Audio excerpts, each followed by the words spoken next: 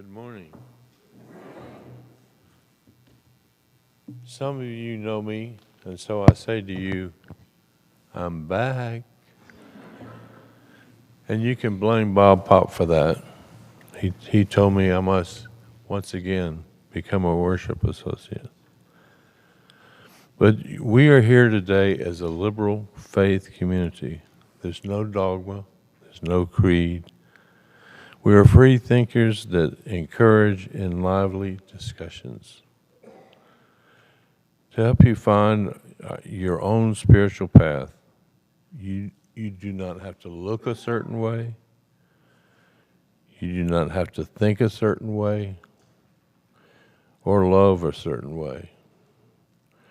We just are glad you're here, wherever you are on your journey. Dave Dunn, our minister, says he's going to go bananas today. So that should be interesting. And he has cohorts in this operation, and that's the phenomenally talented Alex Peach as the music director.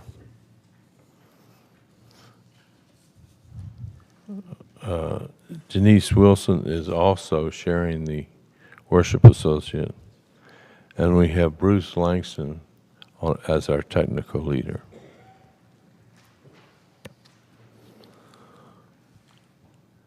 Is there anyone here today that is visiting for the first time that you wouldn't mind standing and tell us who you are, that we may all visit as friends? Hi, I'm Lisa. This is my daughter Maya. We were active members of Emerson about 5 or 6 years ago, but stopped going to negative locations. Devout pagans, members of the Decatur, and practices of shamanic methods. Very happy. Welcome. Are there any other visitors?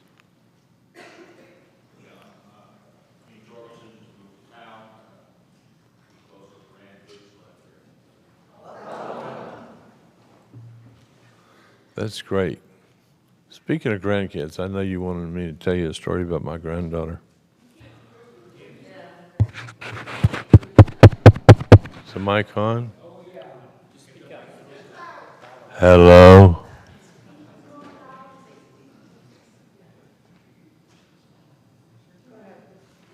Is it on now? Can you hear me now?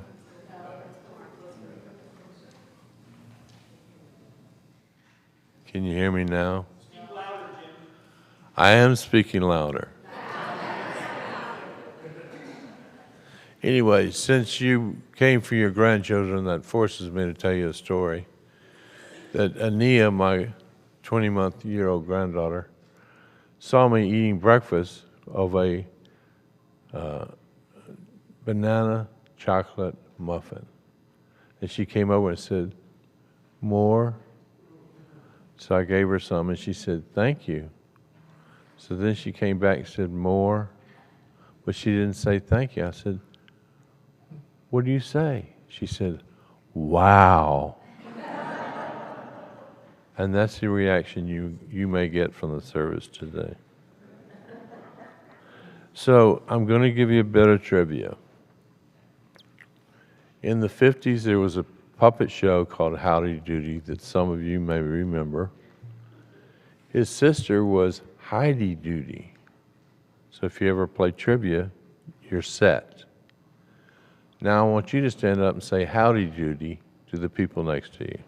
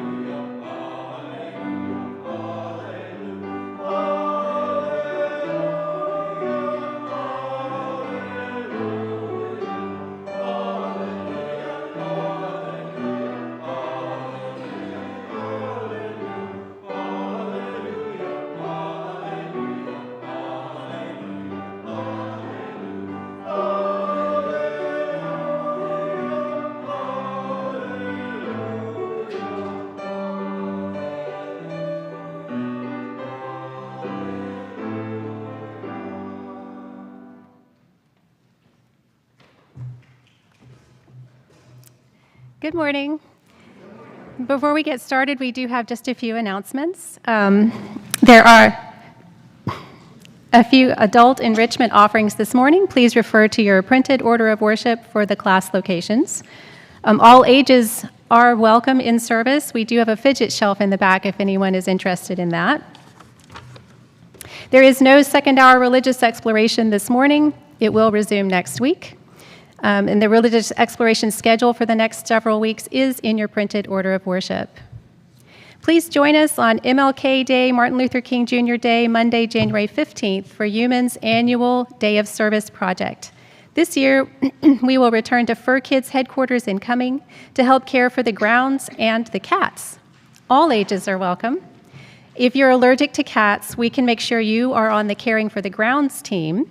So please scan the QR code in your order of worship to sign up. There are 40 spots for us, and they are filling up. So if you do have questions, please see Elizabeth Rohan. The always fun and not to be missed UUMAN Talent Show will be held on Saturday, January 27 at 7 p.m. Mark your calendars. A sign-up sheet will be sent later this week. If you have talent, please sign up. If you don't have talent, please sign up. Talk to Reverend Dave or Elizabeth Rohan for details. And our Chalice Choir is back. Lift your voice. Come join the fun. Ask any choir member. Rehearsals are Wednesday evenings from 7 to 8:30.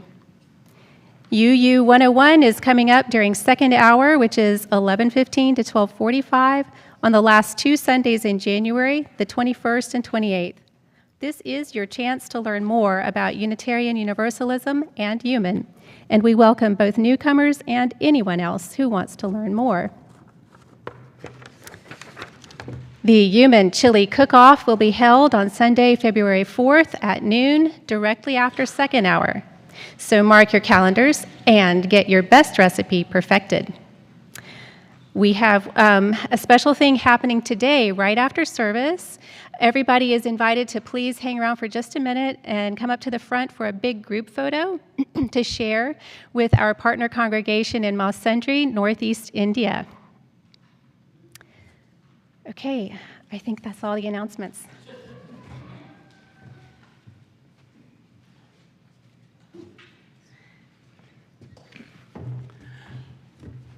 Good morning. From Zen priest Shiniru Suzuki, he writes, "Which is more important, to make $1 million or to enjoy life in your effort little by little, even though it were impossible to make that $1 million? Which is more important, to be successful or to find some meaning in your effort to be successful?" And now let us light our chalice together.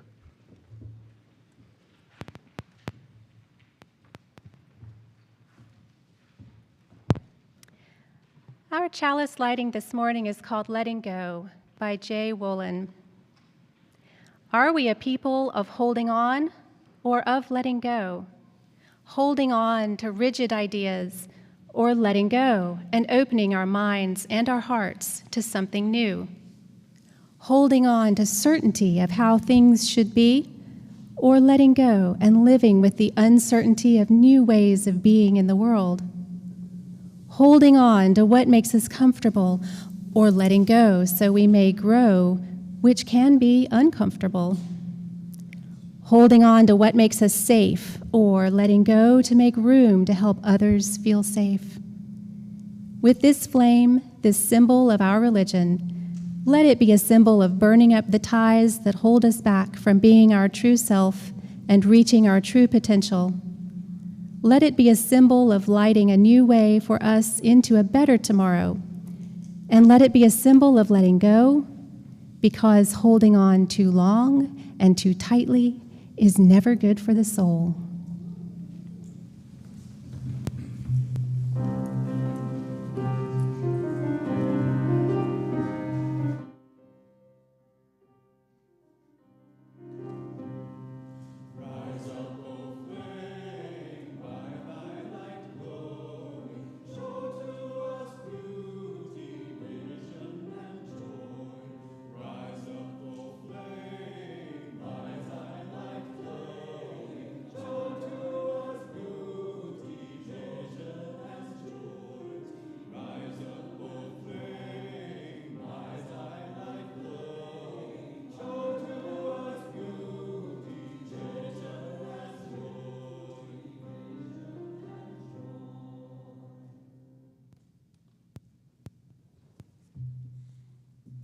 Now please turn in your paperback hymn book to number 1009 as we rise in body or spirit. Alex will play through once and we will sing together.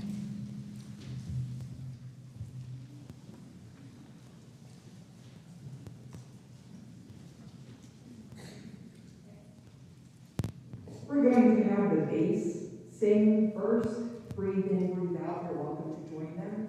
And then the choir will also join in when you're ready to sing. So we'll start with breathe in, breathe out. Breathe in, okay? So, thank you.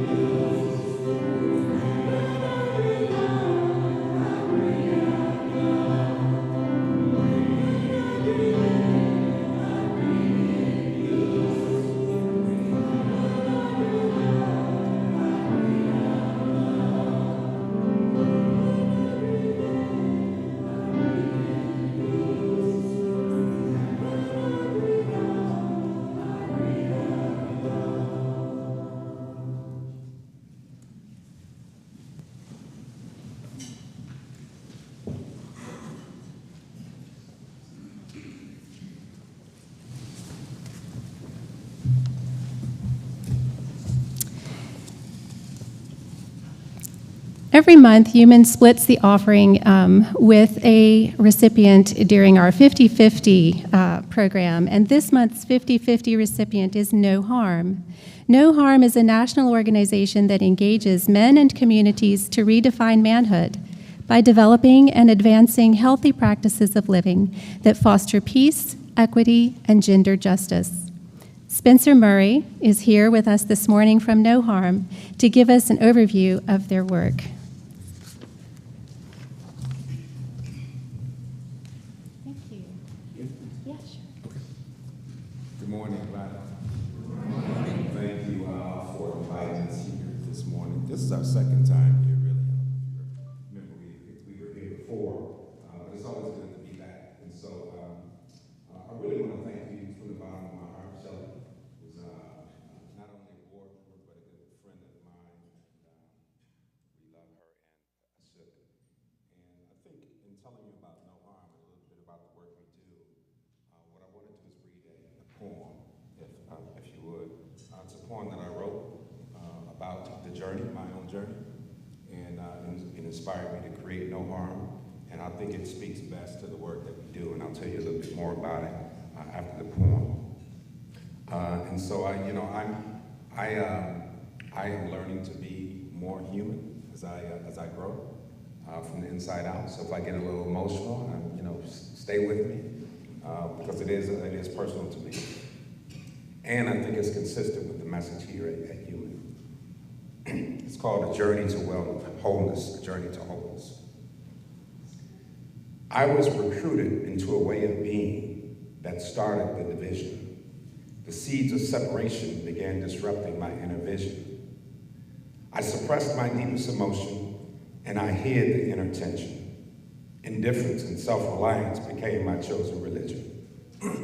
No woman, emotion, or feeling could hardly interrupt my devotion to an exclusive club called Man the Heck Up. Emotional withholding became my weapon and my vice. If you got close and tried to disarm me, you paid a heck of a price. I pretended to be a self-made man, one who pretended to know thyself, but I could rarely offer the love and intimacy that I didn't have for myself. I enjoyed an elevated status with men, and was celebrated by my peers. But behind the veil, I was battling the disease of holding back my tears. I was silently suffering by myself and didn't quite know why. So I numbed the pain with alcohol and any drug that I could try. The hat I wore atop my head became too heavy of a crown. The pain of pretending was catching up to me. Man up was becoming man down. Another night of binging found me dazed and confused on my bed. And with tears in my eyes, I looked in the mirror and held a loaded gun to my head. I fell to my knees and let out a big scream and cried out to God for help. And from that day on, I was slowly released from the prison in which I dwelt. I started to realize that for most of my life, I was living as half a human. I bought into the idea of the dominant masculine to the detriment of anything feminine. I was out of balance and blinded by skewed messages surrounding me every day. Toxic teachings, trainings, and even religion had encouraged me to be this way. When I expanded the lens I looked through, my eyesight began to change. I began to embrace the lost parts of myself, a self that was once estranged. The praise I once received from the crowds can't compare to the rewards I earned as I invite my brothers to see what I see. What was once taught can be unlearned. To my brothers who may continue to believe there's only one way to be a man, release the limits of either or thinking and expand to the truth of both and. Our authentic power reveals itself when we're vulnerable and disarmed, and the man with divine knowledge of self will always choose no harm. My friends, every word of that is true. And I believe that men are hurting. I believe that boys are hurting. And so our mission is to restore wholeness to boys and men, to humanity, but particularly to boys and men. Because many of us are fragmented, disconnected from our humanity, disconnected from ourselves. So we go everywhere we can. We're in South Atlanta High School. We're poised to go into Metro Reentry Facility. We have a partnership against domestic violence. We have a meeting next week with Georgia Coalition Against Domestic Violence. Everywhere we go, we're trying to spread this message because we believe that men's wellness and the safety of women and girls is not mutually exclusive.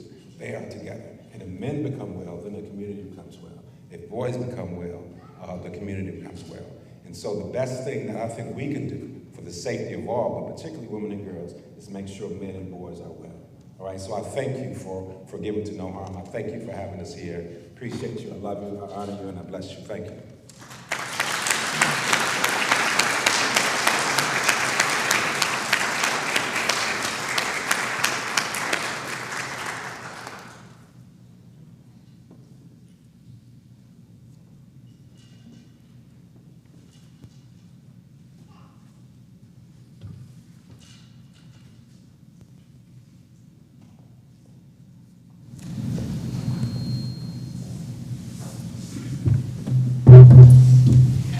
Can you hear me now?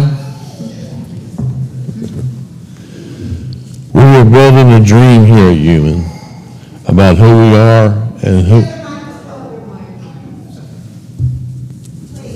Excuse me just a second, I'm going over here.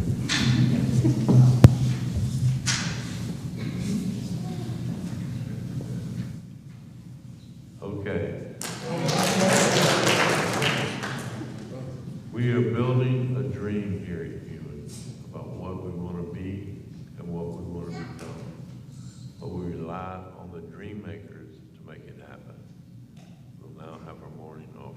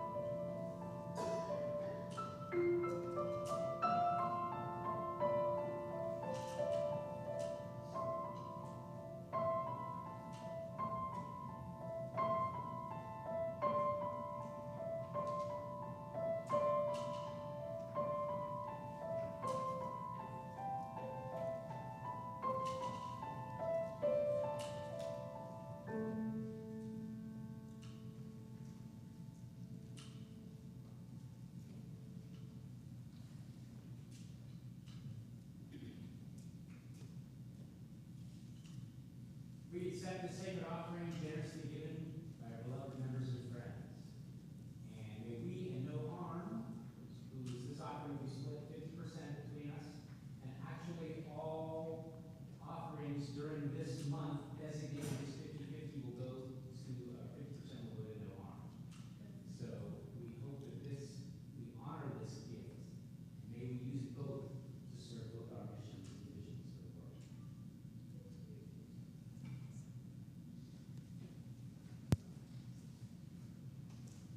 Should I use this mic? Yes, okay. At this point in our service, we share our joys with each other to magnify them and our sorrows to divide the weight of their pain. If you are so moved, please come forward to this microphone. Drop a pebble in the bowl of water and express your joy or sorrow. If you're attending this morning via our live stream, please type yours into the chat, and those that show up I will read aloud.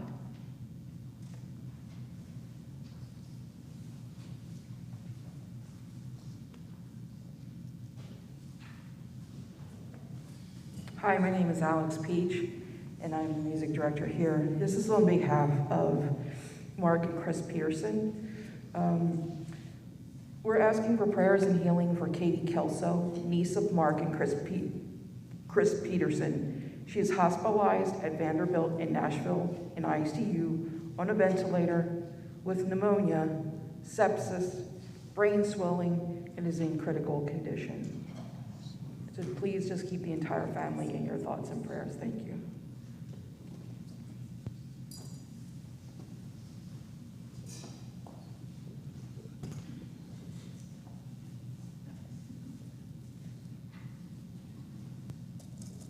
This is the first time I've done this.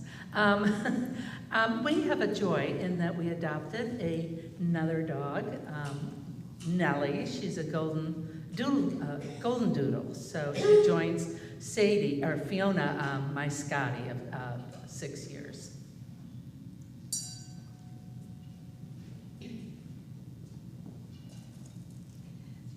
Hi, my name is Jennifer Ratcliffe.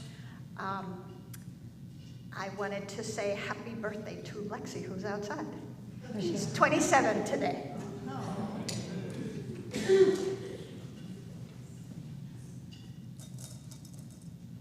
Hi, my name's Annette Pate, and I wanted to drop a pebble for my daughter-in-law, Lindsay's mother, who years ago had a kidney transplant. She's been back in the hospital now for several weeks, and the transplanted kidney is failing. So we're not sure what her path is going to be of dialysis for a while, and maybe someday a new kidney. But Lindsay's very upset, so please keep Lindsay and Linda, her mother, in your prayers and thoughts.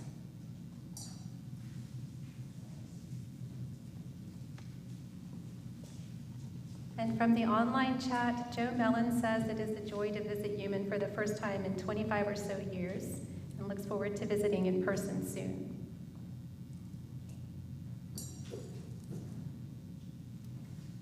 And now I'll drop one final pebble. For all those joys and sorrows still too tender to be spoken aloud, may we keep one another in our thoughts for the coming week.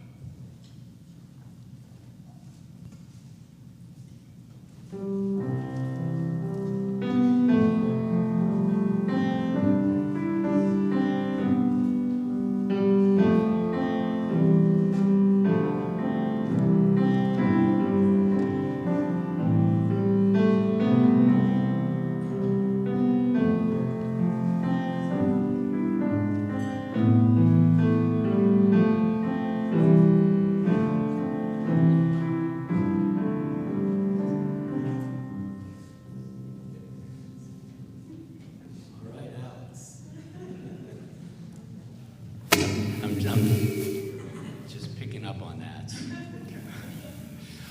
Once upon a time, there was an ambitious miner. We are having so many technical problems today. I'll go here. This is the third one. Once upon a time, there was an ambitious miner hacking with his pick at the base of a mountain. And as he's hacking with his pick, he's thinking, I want to be someone important. The owner of this mine, he's important. I wish that I were the owner of the mine. And poof, he became the owner of the mine. He is the one supervising everybody. He feels really important now. But after a while, he got tired of that. He says, I don't know, I wish I were king, because the king can rule not just the mine, but all of the land. And poof, he becomes king. He feels like he's important now. He's the king of the whole land. And it was a sunny day, and he was looking up at the sun and seeing that the sun went over all things, and he said, wow, I wish I were the sun. That way my light would shine on everything. And poof, he became the sun. He felt good being the sun, seeing everything, giving light to all things. But soon, this cloud drifted by, casting a shadow on parts of the land. And he's thinking, wow, this cloud is powerful. I wish that I were a cloud. That way I could block even the sun. And poof, he became a cloud. He's feeling pretty good. He's casting shadows that the sun cannot even get through. Feeling good about himself. But then this wind blew, and the cloud drifted away. And he thought, wow, this wind can push me around. I think I should become the wind and be truly powerful. And poof, he became the wind. He could blow things around that he wanted. Loved blowing clouds around and making trees sway. And then he came to a mountain, tried to blow on the mountain, but the mountain did not move. He's like, a mountain is steadfast, resolute. Maybe I should be a mountain. Yes, that is the most powerful. And poof, he became a mountain. Now I'm strong and nothing's gonna move me. But soon he heard an axe picking at the base of the mountain, taking chunks of the mountain away. And he said, wow, that's truly powerful. I wish I were a miner. And poof, he became a miner.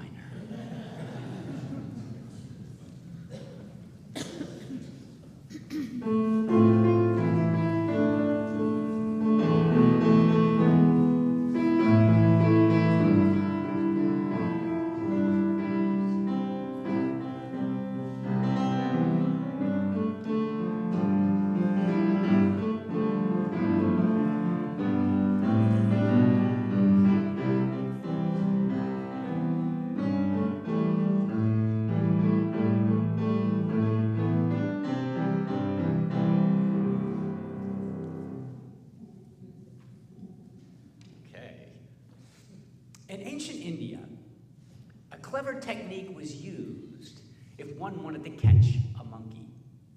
They'd take a banana and they'd put it inside a very small cage, very small.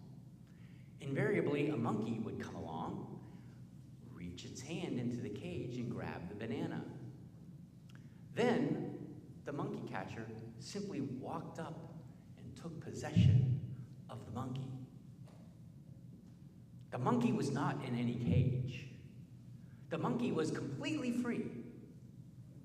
Yet for some reason, letting go of the banana in the cage was out of the realm of possibility. So the monkey was simply apprehended.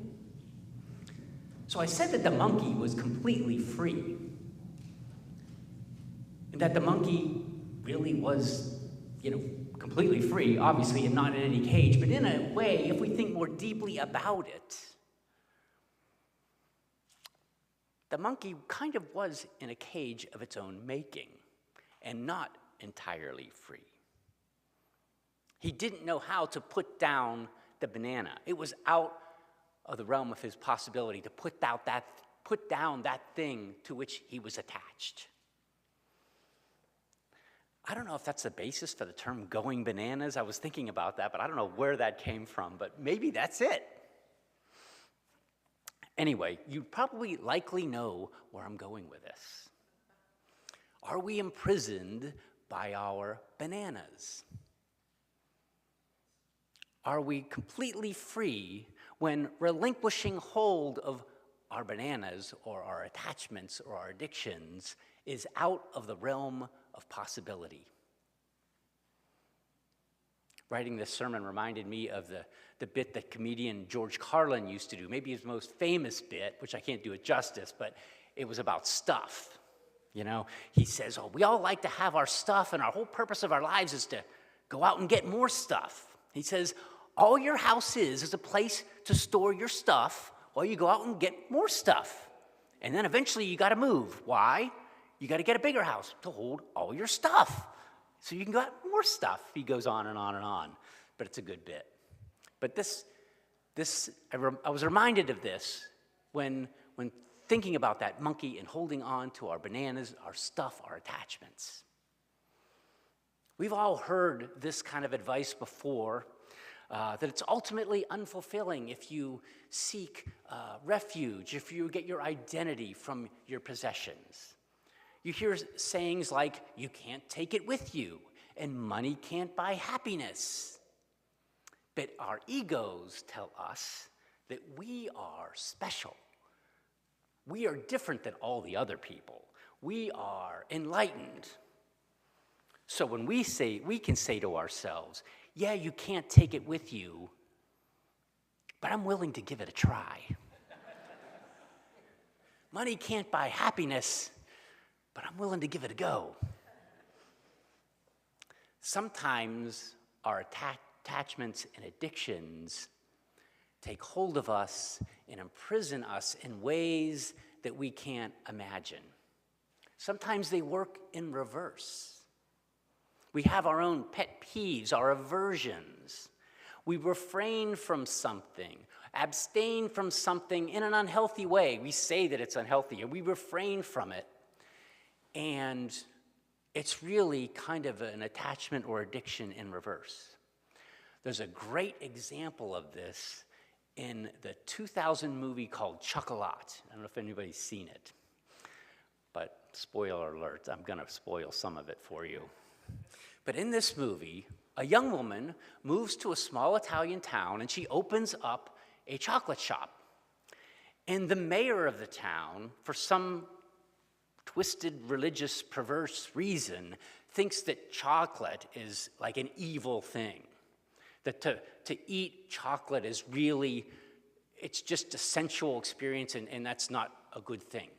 So one night, he breaks into the chocolate shop, like well after midnight, with a knife to kill the chocolate. And he goes into the storefront window, and he starts stabbing all the chocolate that's in the window. But invariably, some gets on his lips, and he licks it, and that's all it takes. He goes bananas. He starts ingesting all of the chocolate in the window. He can't control himself. It's smeared all over his face. He's lying on the ground, dropping chocolate drops into his mouth. And he's laughing hysterically until he starts crying. He starts weeping in there because he finally realizes that he's been in this prison of his own making for so long. And he passes out in the storefront window, and the next morning the townspeople see the mayor of the town in the window with all this chocolate over him. So it's embarrassing, obviously, to him, yet it's a turning point in his life.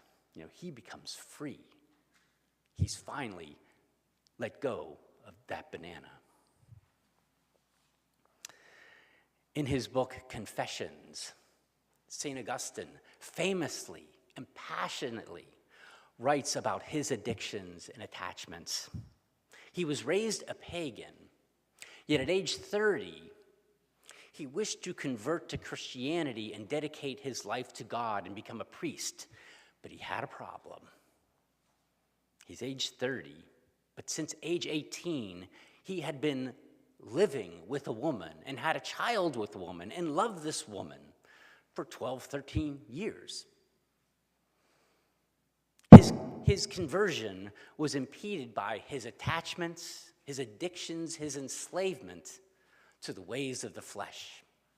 In Confessions, he writes to God saying this, "Two wills existed within me, one old, one new, one servant to the flesh, the other to the spirit. We were in conflict, and they tore my soul apart. My inner self was a house divided against itself. I was frantic, overcame by violent anger with myself for not accepting your will, God, and entering into your covenant. Yet in my bones, I knew that this was what I ought to do. I longed to be in the house where you dwell, the shrine of your glory, but I was still held firm in the bond of a woman's love. No more was required than an act of will. I tore my hair. I hammered my forehead with my fists. I locked my fingers and hugged my knees. I did all this because I made an act of will to do it. I bitterly hated myself, and I prayed to you for chastity and said, give me continence and chastity. But not yet. But not yet. An amazing book. Very deep. Give me chastity, but not yet.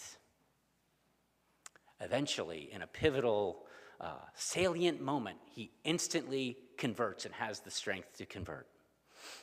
And later, he reflects upon his suffering and his addictions and attachments and aversions. He says, we try to see the reason for our suffering, but darkness overshadows us and we turn away asking, when will this end? Again and again, we ask ourselves this question, but we do not relinquish our worldly aims because we cannot see the light of any truth that we might grasp in place of them. Because we cannot see the light of any truth that we might grasp in place of them. It's out of the realm of possibility to let these things go. I used to do a lot of backpacking. And when backpacking, you have to take considerable time thinking about what you need to take backpacking because it's kind of defined that everything you think you need, you have to carry.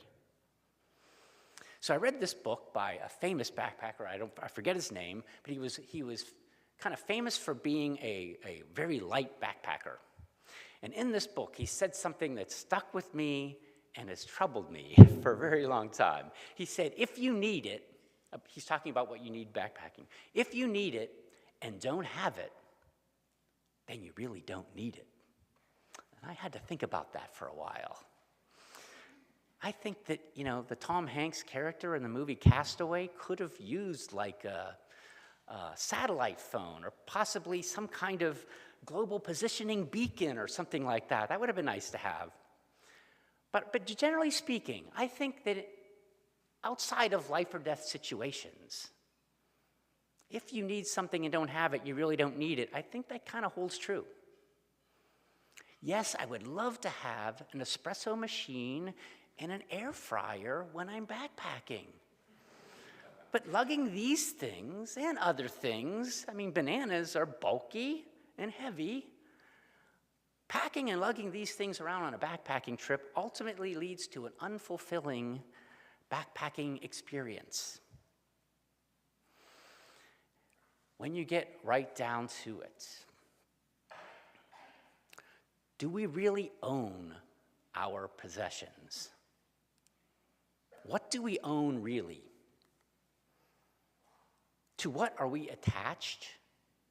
Are we our stuff?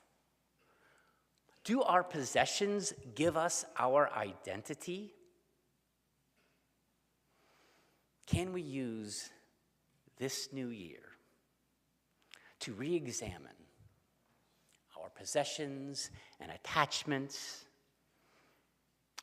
addictions and aversions, Can we redefine, possibly for the very first time, our relationship to ourselves, to others, and to the world around us?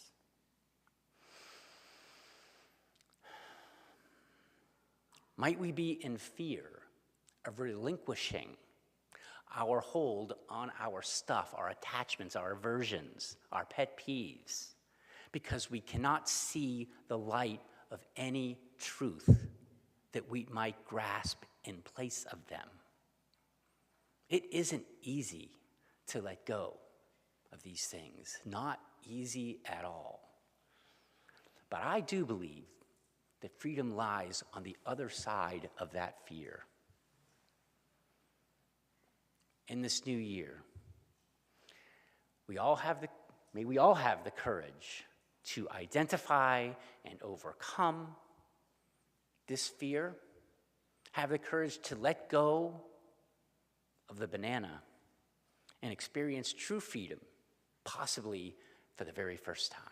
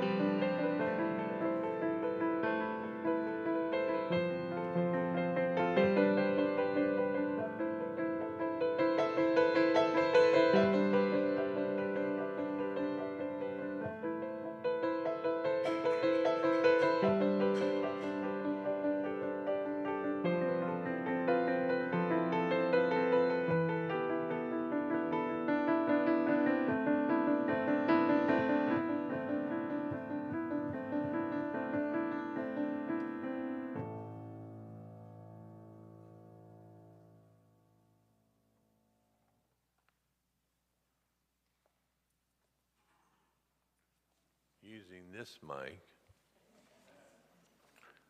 this is a poem called A Prayer. A kind word, a gentle touch, unites me to other people. I pray for the sweetness of life to be known to me, so I might know serenity. At times, my childish anger deprives me of the contentment I pursue. The universe abides in my spiritual being and radiates from me to connect me with all things living. I must learn to remain quiet enough to hear the whispering voices of wisdom from the generations that have come before me and those yet to come.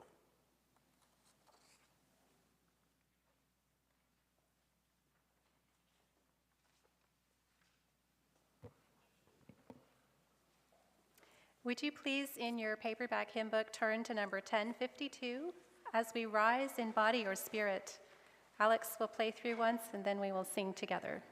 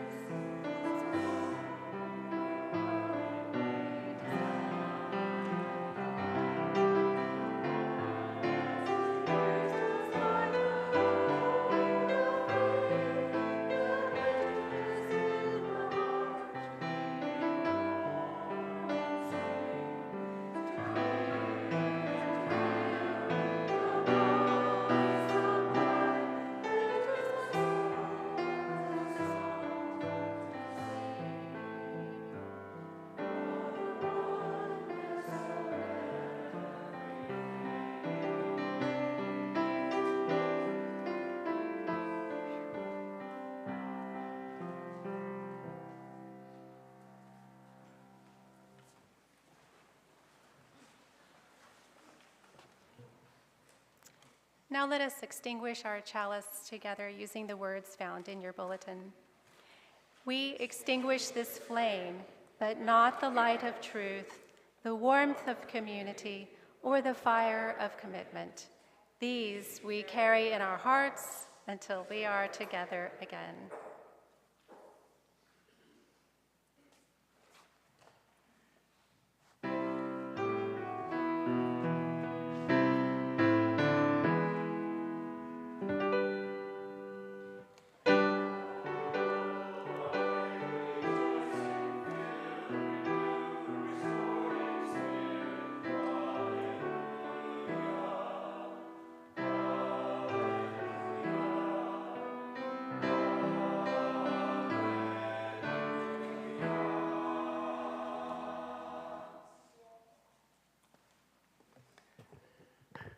To be content with little is difficult. To be content with much, impossible. Go in peace and enjoy your week.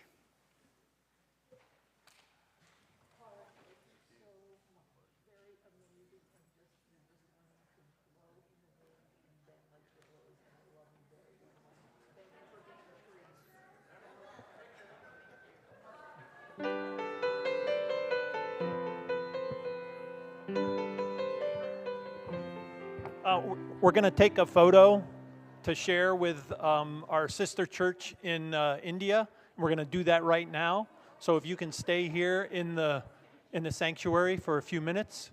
If you have to run to the potty, you can do that and come back in 5. Everyone is welcome to stay, please.